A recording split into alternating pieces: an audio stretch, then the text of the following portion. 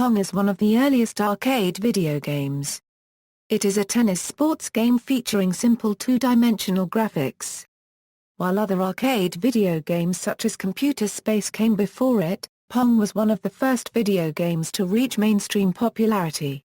The aim is to defeat an opponent in a simulated table tennis game by earning a higher score. The game was originally manufactured by Atari Incorporated, who released it in 1972. Allan Alcorn created Pong as a training exercise assigned to him by Atari co-founder Nolan Bushnell. Bushnell based the idea on an electronic ping-pong game included in the Magnavox Odyssey, which later resulted in a lawsuit against Atari. Surprised by the quality of Alcorn's work, Bushnell and Dabney decided to manufacture the game. Pong quickly became a success and is the first commercially successful arcade video game machine, which helped to establish the video game industry along with the first home console, the Magnavox Odyssey. Soon after its release, several companies began producing games that copied Pong's gameplay, and eventually released new types of games. As a result, Atari encouraged its staff to produce more innovative games. The company released several sequels that built upon the original's gameplay by adding new features. During the 1975 Christmas season, Atari released a home version of Pong exclusively through Sears retail stores. It was also a commercial success and led to numerous copies. The game has been remade on numerous home and portable platforms following its release. Pong has been referenced and parodied in multiple television shows and video games, and has been a part of several video game and cultural exhibitions. Gameplay. Pong is a two-dimensional sports game that simulates table tennis. The player controls an in-game paddle by moving it vertically across the left side of the screen, and can compete against either a computer-controlled opponent or another player controlling a second paddle on the opposing side. Players use the paddles to hit a ball back and forth. The aim is for each player to reach 11 points before the opponent. Points are earned when one fails to return the ball to the other. Development and history. Pong was the first game developed by Atari Incorporated. After producing Computer Space, Bushnell decided to form a company to produce more games by licensing ideas to other companies. The first contract was with Bally Manufacturing Corporation for a driving game. Soon after the founding, Bushnell hired Allan Alcorn because of his experience with electrical engineering and computer science. Bushnell and Dabney also had previously worked with him at Ampex. Prior to working at Atari, Alcorn had no experience with video games. To acclimate Alcorn to creating games, Bushnell gave him a project secretly meant to be a warm-up exercise. Bushnell told Alcorn that he had a contract with General Electric for a product, and asked Alcorn to create a simple game with one moving spot, two paddles, and digits for scorekeeping. In 2011, Bushnell stated that the game was inspired by previous versions of electronic tennis he had played before. Bushnell played a version on a PDP-1 computer in 1964 while attending college. However, Alcorn has claimed it was in direct response to Nolan's viewing of the Magnavox Odyssey's tennis game. In May 1972, Bushnell had visited the Magnavox Profit Caravan in Burlingame, California, where he played the Magnavox Odyssey demonstration, specifically the table tennis game. Though he thought the game lacked quality, seeing it prompted Bushnell to assign the project to Alcorn. Alcorn first examined Bushnell's schematics for Computer Space, but found them to be illegible. He went on to create his own designs based on his knowledge of transistor logic and Bushnell's game. Feeling the basic game was too boring, Alcorn added features to give the game more appeal. He divided the paddle into 8 segments to change the ball's angle of return. For example, the center segments return the ball a 90-degree angle in relation to the paddle, while the outer segments return the ball at smaller angles. He also made the ball accelerate the longer it remained in play. Missing the ball reset the speed. Another feature was that the in-game paddles were unable to reach the top of screen. This was caused by a simple circuit that had an inherent defect. Instead of dedicating time to fixing the defect, Alcorn decided it gave the game more difficulty and helped limit the time the game could be played. he imagined two skilled players being able to play forever otherwise. 3 months into development, Bushnell told Alcorn he wanted the game to feature realistic sound effects and a roaring crowd. Dabney wanted the game to boo and hiss when a player lost a round. Alcorn had limited space available for the necessary electronics and was unaware of how to create such sounds with digital circuits. After inspecting the sync generator, he discovered that it could generate different tones and used those for the game's sound effects. To construct the prototype, Alcorn purchased a $75 Hitachi black and white television set from a local store, placed it into a 4-foot wooden cabinet, and soldered the wires into boards to create the necessary circuitry. The prototype impressed Bushnell and Dabney so much that they felt it could be a profitable product and decided to test its marketability. In August 1972, Bushnell and Alcorn installed the Pong prototype at a local bar, Andy Capp's Tavern. They selected the bar because of their good working relation with the bar's manager, Bill Gattis. Atari supplied pinball machines to Gattis. Bushnell and Alcorn placed the prototype on one of the tables near the other entertainment machines, a jukebox, pinball machines, and computer space. The game was well received the first night and its popularity continued to grow over the next 1.5 weeks. Bushnell then went on a business trip to Chicago to demonstrate Pong to executives at Bally and Midway Manufacturing. He intended to use Pong to fulfill his contract with Bally, rather than the driving game. A few days later, the prototype began exhibiting technical issues and Gattis contacted Alcorn to fix it. Upon inspecting the machine, Alcorn discovered that the problem was the coin mechanism was overflowing with quarters. After hearing about the game's success, Bushnell decided there would be more profit for Atari to manufacture the game rather than license it, but the interest of Bally and Midway had already been piqued. Bushnell decided to inform each of the two groups that the other was uninterested. Bushnell told the Bally executives that the Midway executives did not want it and vice versa. To preserve the relationships for future dealings. Upon hearing Bushnell's comment, the two groups declined his offer. Bushnell had difficulty finding financial backing for Pong. Banks viewed it as a variant of pinball, which at the time the general public associated with the mafia.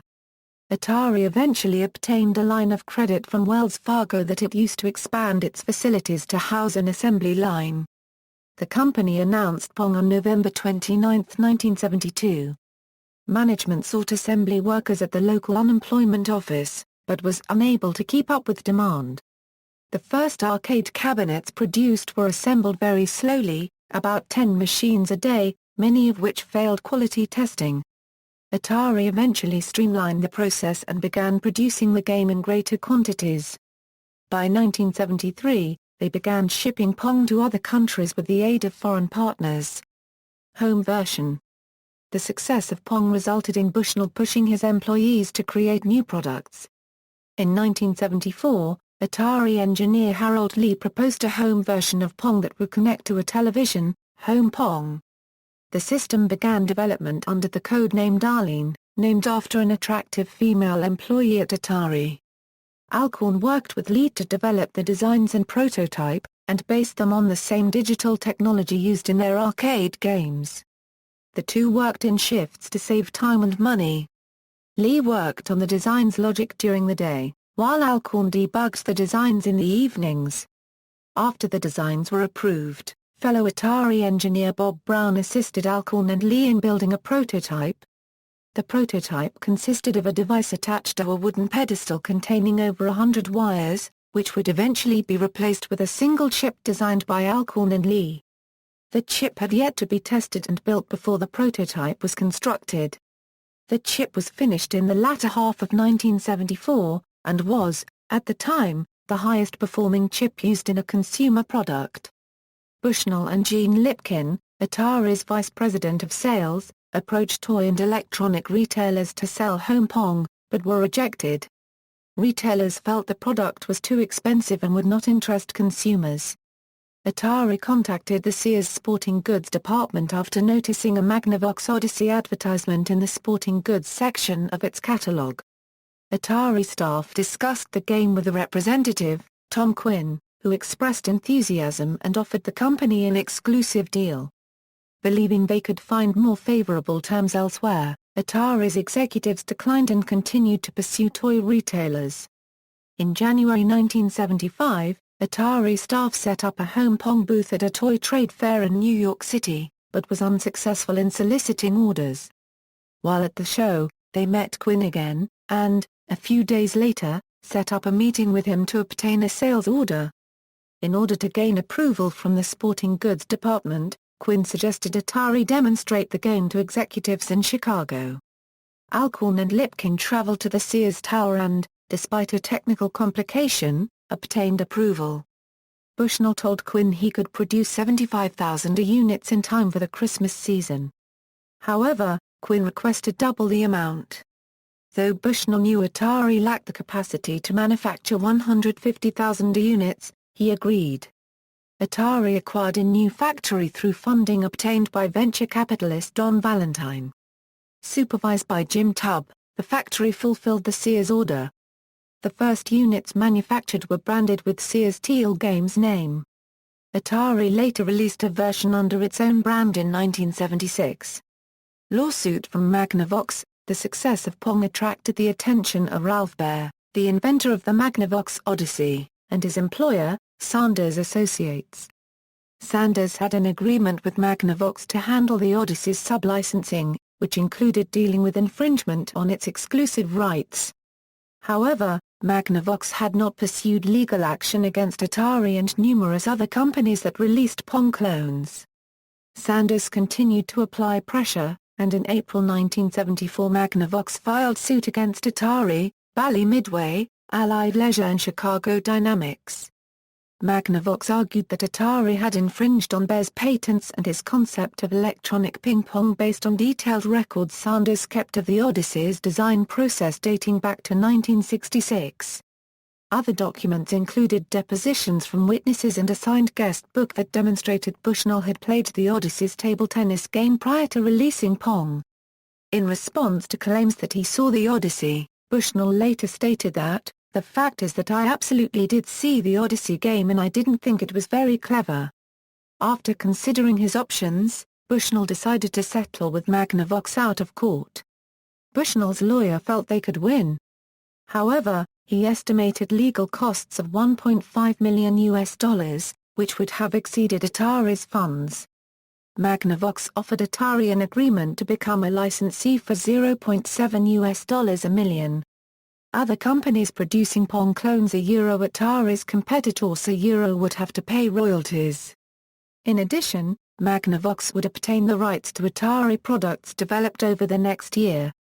Magnavox continued to pursue legal action against the other companies, and proceedings began shortly after Atari's settlement in June 1976.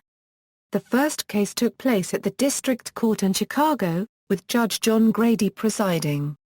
To avoid Magnavox obtaining rights to its products, Atari decided to delay the release of its products for a year, and withheld information from Magnavox's attorneys during visits to Atari facilities.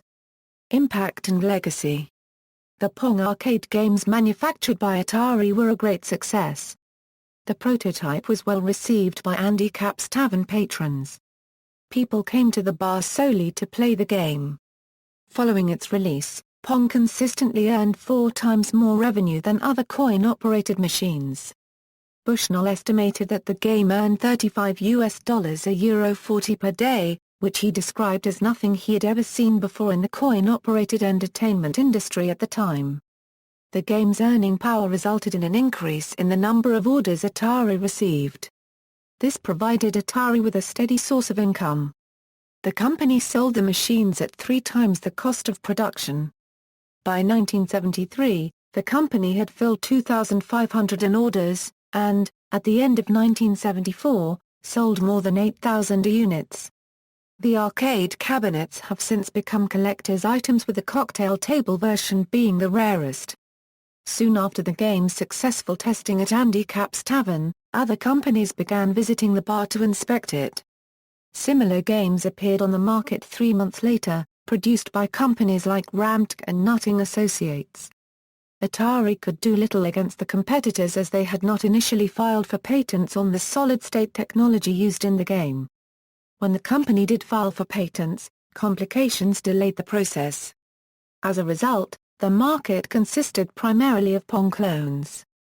Author Stephen Kent estimated that Atari had produced less than a third of the machines. Bushnell referred to the competitors as jackals, because he felt they had an unfair advantage. His solution to competing against them was to produce more innovative games and concepts. Home Pong was an instant success following its limited 1975 release through Sears. Around 150,000 units were sold that holiday season. The game became Sears' most successful product at the time, which earned Atari a Sears Quality Excellence Award. Similar to the arcade version, several companies released clones to capitalize on the home console's success, many of which continued to produce new consoles and video games. Magnavox re-released their Odyssey system with simplified hardware and new features, and would later release updated versions. Coleco entered the video game market with their Telstar console. It features 3 Pong variants and was also succeeded by newer models.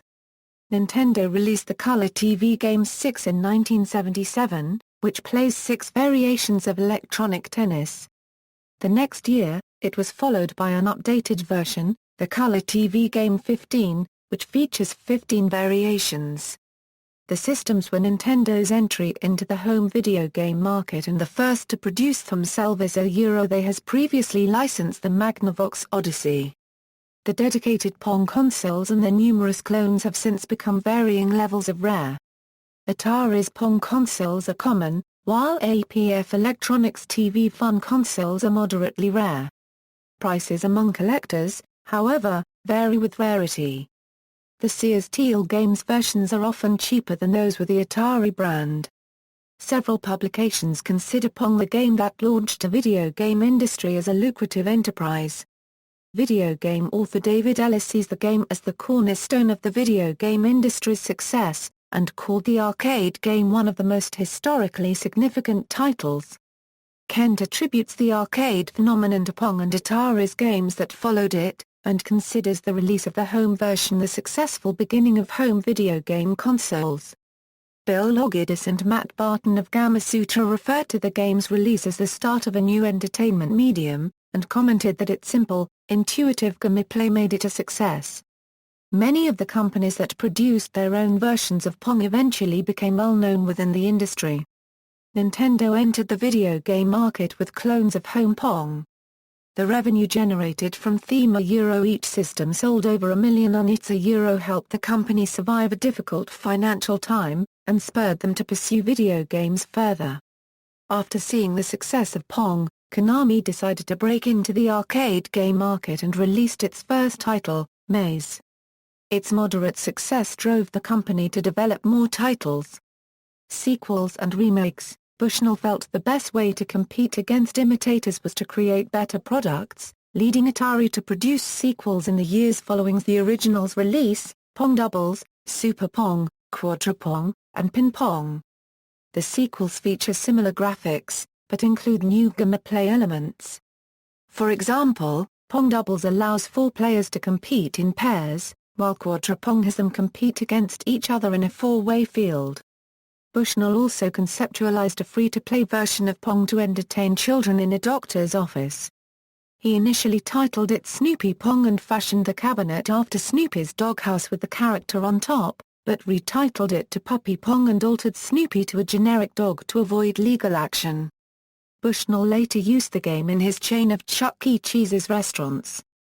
In 1976, Atari released Breakout, a single-player variation of Pong where the object of the game is to remove bricks from a wall by hitting them with a ball.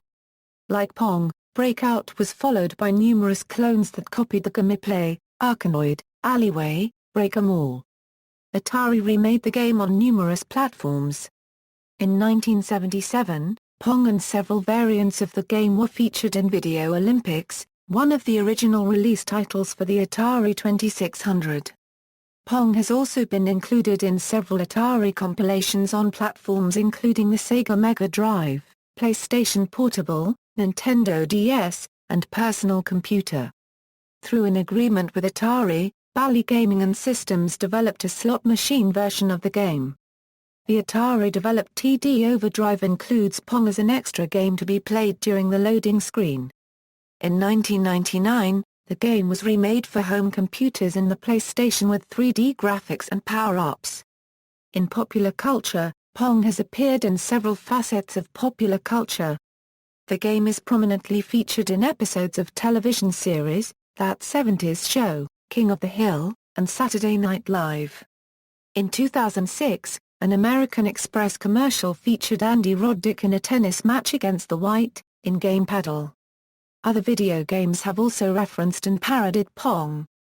For example, Neuromancer for the Commodore 64 and Banjo-Kazooie, Nuts and Bolts for the XBOX 360.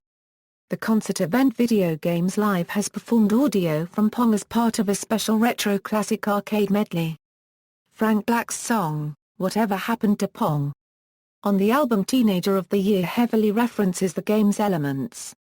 Dutch design studio Bureau van Krijes created a Pong-themed clock as a fun project within their offices.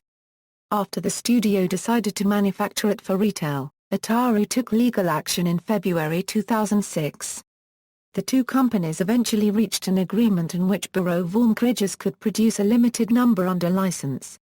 In 1999, French artist Pierre Hugues created an installation entitled Atari Light, in which two people use handheld gaming devices to play Pong on an illuminated ceiling. The work was shown at the Venice Biennale in 2001, and the Museo d'Art Contemporaneo de Castilla y Leeuwarden in 2007. The game was included in the London Barbican Art Gallery's 2002 Game On exhibition meant to showcase the various aspects of video game history, development, and culture. See also: History of video games, references. Further reading: Cohen, Scott. Zap. The Rise and Fall of Atari. McGraw-Hill. ISBN A978-0-07-011543-9. Herman, Leonard. Phoenix, The Fall and Rise of Video Games. Rollanta Press. ISBN A978-0-9643848-2-8. Klein, Stephen. Dyer Whitford, Nick. Deputer, Grieg. Digital Play, The Interaction of Technology, Culture and Marketing. McGill Queen's Press. ISBN A978-0-7735-2591-7. Lowood, H. Video Games and Computer Space, The Complex History of Pong. IEEE Annals of the History of Computing 31 ppA 5 €19 doi, 10.1109/MAHC. 2009.53. External links: pong-story.com, the most comprehensive site about Pong and its origins. The Atari Museum, an in-depth look at Atari and its history. Retro Gaming Roundup Part 1 of 2-hour interview with designer Allan Alcorn, Pong variants at Moby Games.